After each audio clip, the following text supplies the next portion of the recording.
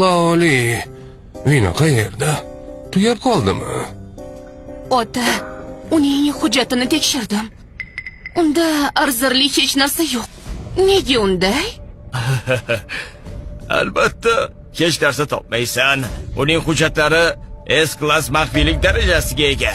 Davlat uni shunday himoya qiladi. Keyin hammasi o'z joyiga tushadi. Biz dunyoda o'z o'rnimizni allaqachon tasdiqlab bo'ldik. Loli, davom etamiz. Yana vino olib keling. Janching mast bo'lib qoldi. Uni uyga olib bor.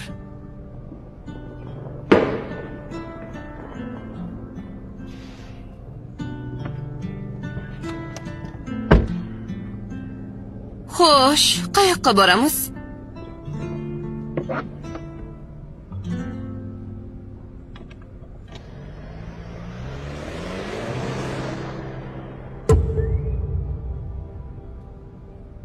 Nima? Jayancheng ayolning mashinasiga o'tirdimi? Hoziroq uni kuzatinglar.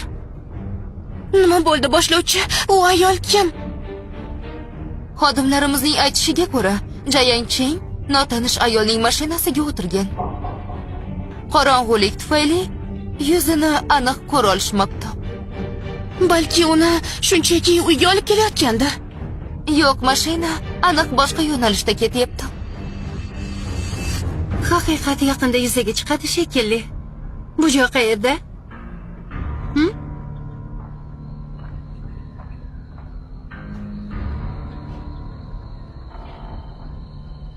Bu nimasi? Hammasi tushunarli. U go'zal malikani oltin saroyda yashiradi. U doim shunday xotirjam ko'rinardi. Rostdan ham u ma'shuqqa tutganmi? Uni tushunsa bo'ladi. Unda go'zal ayol bo'lmasa, albatta tashqaridan izlaydi-da.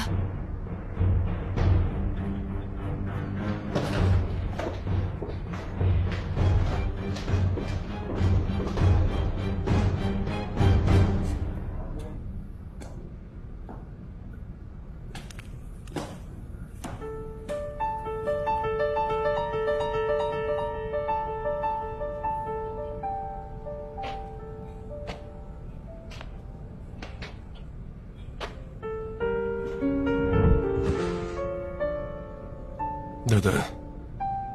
Oyi. O'g'lingiz sizni sog'indi.